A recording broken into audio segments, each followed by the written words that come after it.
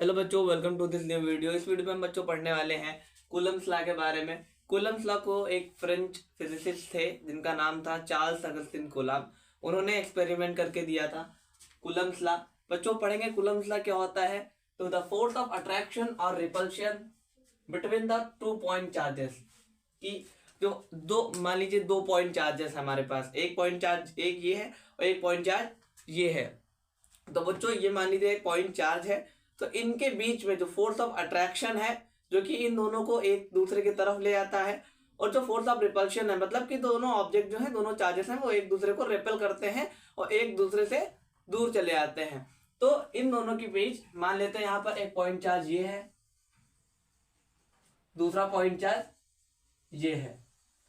इस point charge को बच्चों हम नाम देंगे Q1 और इस पॉइंट चार्ज को हम नाम देंगे Q2। तो बच्चों एक ये पॉइंट चार्ज है और एक ये पॉइंट चार्ज है। इन दोनों के बीच जो डिस्टेंस है उसको हम मान लेते हैं r²। इसके बीच में जो डिस्टेंस है इसको मान लेते हैं हम r²। क्या है बच्चों कि अब एक पॉइंट चार्ज Q1 है, एक पॉइंट चार्ज Q2 है। तो एक Q1 और Q2 के बीच में जो फोर्स ऑफ अट्रैक्शन लग रहा है और या फिर फोर्स ऑफ रिपल्शन लग रहा है, तो वो क्या डिनोट करता है, कूलम्ब्स लॉ। तो बच्चों क्या होता है, मान लीजिए ये हमारे Q1 है Q2 है, तो इनके बीच के ये जो आपस में अट्रैक्ट हो रहे हैं, अगर हमने मैथ्स में पढ़ा है कि same sign repel each other, different sign attract each other. तो क्या हो रहा है बच्चों, मानिए कि हमारा जो Q1 है वो पॉजिटिव है, Q1, और Q2 जो है वो नेगेटिव है। तो क्या होगा इस केस में बच्चों, क्या होगा कि Q1 और Q2 आपस में अट्रैक्ट करेंगे, एक दूसरे के पास आएंगे। और अगर मान लेते हैं एक हमारा Q1 है और दूसरा भी एक हमारा Q1 पॉजिटिव है और दूसरा Q2 भी पॉजिटिव है, तो इस केस में बच्चों क्या होगा, Q1 और Q2 एक दूसरे से रेपेल होंगे, एक दूसरे से दूर जाएंगे। तो जिस तरीके से हमने मैथ में पढ़ा है कि हमारे जो सेम साइन होते हैं वो एक दूसरे को रेपेल करते हैं और जो डिफरेंट साइन होते हैं वो एक दूसरे को अट्रैक्ट करते हैं बच्चों, उसी प्रकार से हम यहाँ फिजिक्स में पढ़ेंगे कि हमारे जो सेम चार्जेस होते हैं, सेम चार्ज के चार्जेस होते हैं, वो क्या होते हैं, एक दूसरे को रेपेल करते हैं। और जो हमारे डिफरेंट चार्जेस होते हैं उन्हें वो क्या करते हैं, एक दूसरे को अट्रैक्ट करते हैं बच्चों। तो वही डेफिनेशन में लिखा हुआ है कि द फोर्स ऑफ अट्रैक्शन, जो अट्रैक्शन का फोर्स होता है और जो रिपल्शन का फोर्स होता है दो पॉइंट चार्ज के बीच में, उसे हम कहते हैं कूलम्ब्स लॉ। और कूलम्ब्स लॉ के दो मेजर पॉइंट हैं, पॉइंट 1 और पॉइंट 2।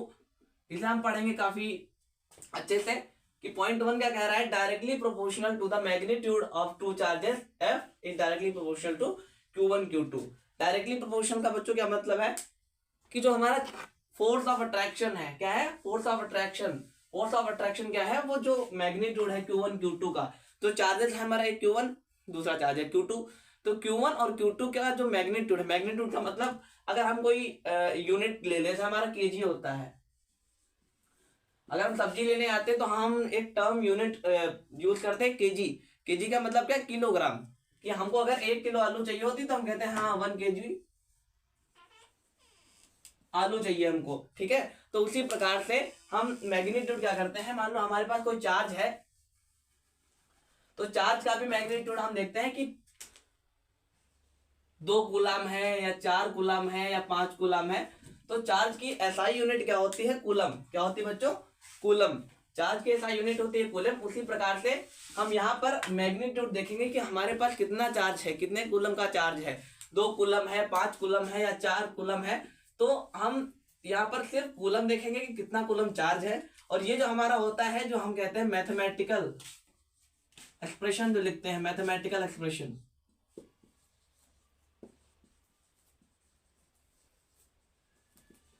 ये क्या होता है, टू जो हमारा मैथमेटिकल एक्सप्रेशन होता है, ये कहलाता है मैग्नीट्यूड किसी भी चार्ज की क्वांटिटी का। तो बच्चों हमारा पहला पॉइंट जो था कि हमारा जो फोर्स ऑफ अट्रैक्शन है, कूलम्ब्स लॉ में हमारा पहला पॉइंट था कि जो हमारा फोर्स ऑफ अट्रैक्शन होता है वो डायरेक्टली प्रोपोर्शनल होता है Q1 और Q2 के मैग्नीट्यूड पर। तो बच्चों हम देखेंगे Q1 Q2 का मैग्नीट्यूड, जैसे कि F is directly proportional to Q1 Q2। क्या कि जो Q1 का मैग्नीट्यूड है, मैग्नीट्यूड का मतलब क्या कि कितना Q1 चार्ज है, 2 कूलम है या 3 कूलम है, ये देखते हैं हम Q1 का मैग्नीट्यूड। ठीक उसी प्रकार से हमारा Q2 जो है, Q2 का कितना मैग्नीट्यूड है, कितना कूलम ऑफ चार्ज Q2 है, तो ये क्या होता है, डायरेक्टली प्रोपोर्शनल होता है। डायरेक्टली प्रोपोर्शनल का मतलब क्या, कि अगर एक क्वांटिटी इंक्रीज हो रही है तो दूसरी क्वांटिटी भी इंक्रीज होगी। मतलब कि अगर यहाँ पर फोर्स जो हमारा इंक्रीज होता है तो Q1 Q2 का जो हमारा मैग्नीट्यूड है वो भी क्या होगा, इंक्रीज होगा। ये हमारा था पहला पॉइंट कूलम्स लॉ का। सेकेंड पॉइंट देखेंगे हम,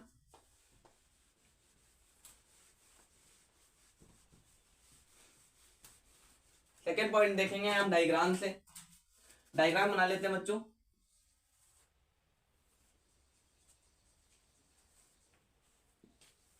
ये मान लेते हैं हमारा चार्ज Q1 और ये मान लेते हैं हमारा चार्ज Q2। ये पॉजिटिव चार्ज है, ये नेगेटिव चार्ज है। क्या होगा बच्चों, और ये जो हमारी डिस्टेंस होती है चार्ज के बीच में, ये मान लेते हैं आर स्क्वायर डिस्टेंस मान लेते हैं। तो हमारा दूसरा पॉइंट कहता है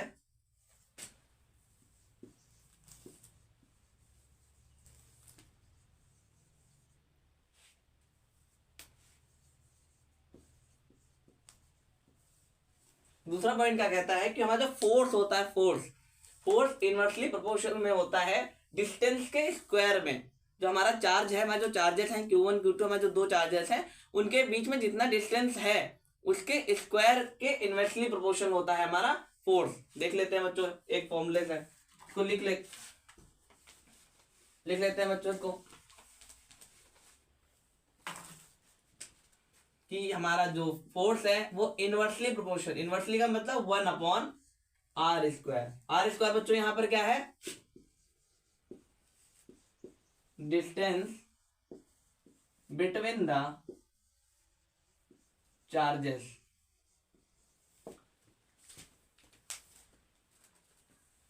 बच्चों फर्स्ट वाला जो हमारा पॉइंट था उसको भी मैथमेटिकल एक्सप्रेशन में लिख लेते हैं।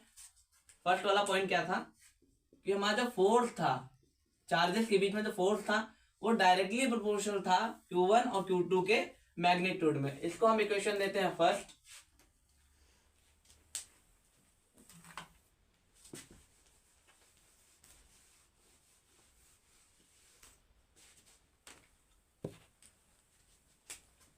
हमारी सेकंड इक्वेशन है, फर्स्ट हमने पॉइंट पढ़ा कि जो हमारा फोर्स है वो Q1 और Q2 के डायरेक्टली प्रोपोर्शनल है, उनके मैग्नीट्यूड के डायरेक्टली प्रोपोर्शनल है। फर्स्ट पॉइंट हमने पढ़ा कूलम्स लॉ का। सेकंड पॉइंट हमने पढ़ा था कि जो हमारा चार्जेस है Q1 और Q2, हमारा जो चार्ज है, दो चार्ज हमारे पास है, उनके बीच में जो डिस्टेंस है, ठीक है, तो जो फोर्स है वो इनवर्सली प्रोपोर्शनल है उन दोनों के डिस्टेंस के स्क्वायर में। लिख के देख लेते हैं, ये फोर्स हो गया। इनवर्सली प्रोपोर्शनल का मतलब 1/, इनवर्स मतलब कि वो हमारी चीज बटे में चली जा रही है, तो 1/r²। हमने क्या माना था, distance between the charges. 1/r², क्या r² क्या हो गया, डिस्टेंस बिटवीन द चार्जेस। इधर साइड में हम बना लेते हैं फिगर। ये Q1 है, ये Q2 है, ये क्या है इनके बीच में, r² डिस्टेंस है। बच्चों ये था पहला पॉइंट कूलम्स लॉ का। सेकंड पॉइंट क्या था, इसको भी इक्वेशन में लिख लेते हैं, सेकंड इक्वेशन। एक बार फिर से देखेंगे कि हमारे कूलम्स लॉ जो था, कूलम्स लॉ का फर्स्ट पॉइंट क्या था, कि हमारा जो फोर्स होता है वो चार्जेस के मैग्नीट्यूड के डायरेक्टली प्रोपोर्शनल होता है। सेकंड पॉइंट क्या होता है, कि फोर्स जो होता है वो इनवर्सली प्रोपोर्शनल होता है किसके, जो हमारे दो चार्जेस होते हैं उनके बीच में जो डिस्टेंस होती है, जिसको हम r² के नाम से जानते हैं, उसके इनवर्सली प्रोपोर्शनल होता है। अब from first and second equation,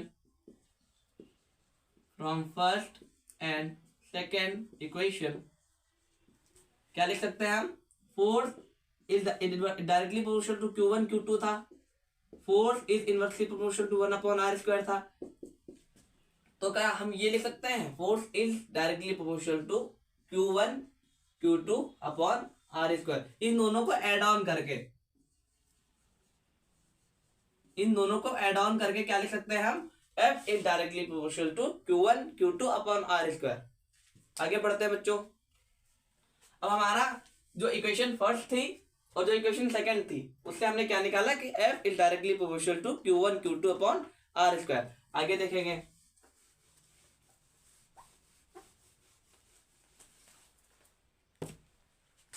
क्या हमने निकाल लिया, F is directly proportional to Q1 Q2 upon R square, जिसमें हमको पता है Q1 पहला चार्ज है, Q2 दूसरा चार्ज है, और R स्क्वायर क्या है, उन दोनों के बीच की डिस्टेंस। ये हमने पढ़ा है कूलम्स लॉ के दोनों पॉइंट से। अब हमको पता है कि ये क्या है, प्रोपोर्शनैलिटी साइन क्या है, लिख लेते हैं ऊपर।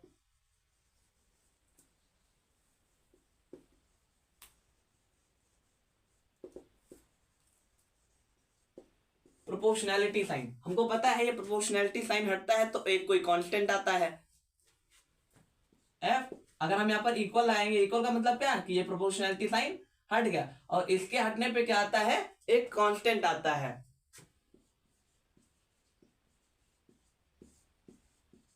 तो ये कांस्टेंट क्या था, के क्या था, कांस्टेंट था यहाँ पर।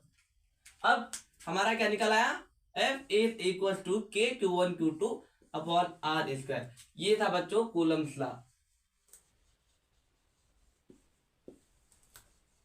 कूलम्स लॉ बच्चों। ये क्या था, के हमारा कांस्टेंट है,